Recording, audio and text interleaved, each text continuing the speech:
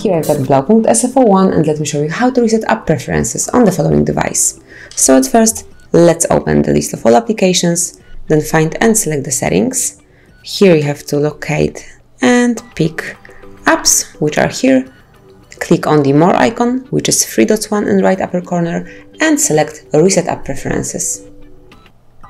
Let me do it one more time, and just be aware that this operation will reset all preferences for disabled apps, disabled app notifications, default application for actions, background data restriction for apps, and any permission restrictions, but you will not lose any app data. And if you truly want to do it, if you truly want to perform this reset, click on Reset Apps. And that's it. You've just reset app preferences. Congrats! Thank you for watching. Please subscribe our channel and leave the thumbs up.